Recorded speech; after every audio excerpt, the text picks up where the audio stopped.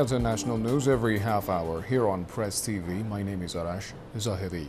Russian President Vladimir Putin says the continued eastward expansion of NATO is obstructing cooperation between Moscow and the bloc.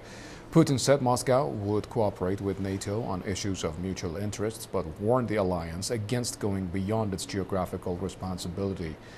Putin added that the emergence of a powerful military alliance on its borders will be taken as a direct threat to Russian national security.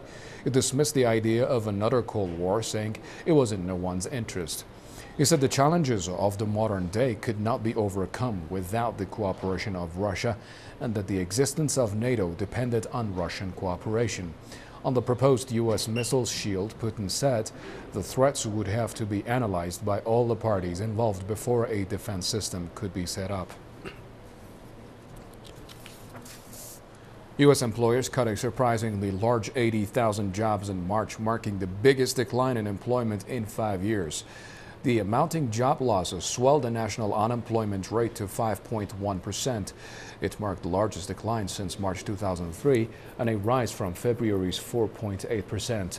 The Labor Department says a trio of crises in the housing, credit and financial sectors have inflicted severe damage on companies, job seekers and the economy as a whole. The decline was the third monthly drop in succession, worse than market expectations of a 60,000 reduction. Federal Reserve boss Ben Bernanke acknowledged for the first time earlier this week that the U.S. economy is facing the risk of recession.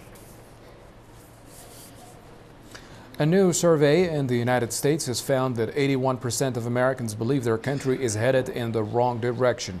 The CBS News New York Times poll, released Thursday, found Americans believe things are worse today than they were 5 years ago. The U.S. public is worried that the country is headed for or is already in a recession. The housing and credit crises and the Iraq War are other issues of grave concern in the United States. The figures could prove to be especially harmful to Republican presidential hopeful John McCain, whom many see as another George W. Bush. Democrats argue that a McCain presidency would be an extension of President Bush's failed economic and foreign policies. The Chinese government is not going to let anything stand in the way of a successful Olympics, not even the sliding U.S. economy. Olympic sponsors are in fact more committed than ever. More on this with our correspondent in Beijing. Yao Ming, with a broken ankle, would have more of a negative impact on Olympic sponsors than the downturn of the U.S. economy. The World Bank just reported that China is still expected to have a strong growth forecast this year of 9.4%, just slightly less than expected. Sponsors have paid tens of millions of dollars to work in partnership with the 2008 Olympic Games, and like the robust economy, organizers have yet to see any signs of slowing down. And I don't think because of a slight downturn in the American market that's going to affect their marketing or strategies at all. I think what they'll probably do is maybe tweak it a little bit and redirect their marketing dollars. These budgets have been planned years in advance, and these will be probably the most, or one of the most sponsor-intensive Olympics in modern age. There is still a reality that the U.S. will have some impact, but not enough to ruin any Olympic plans. America will inevitably have a great impact on the other countries, including the Chinese market. But so far, China is developing rapidly, and home car market is flourishing.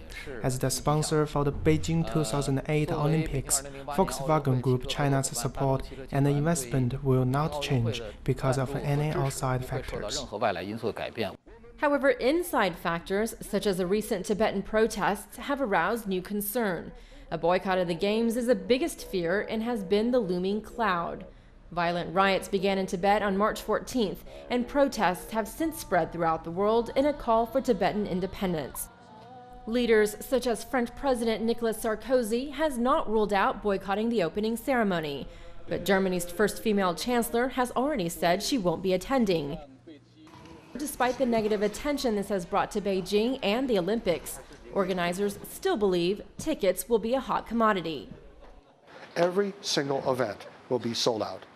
No matter who is playing, whether it's Albania against Zambia in archery, it won't matter. Every single event will be sold out.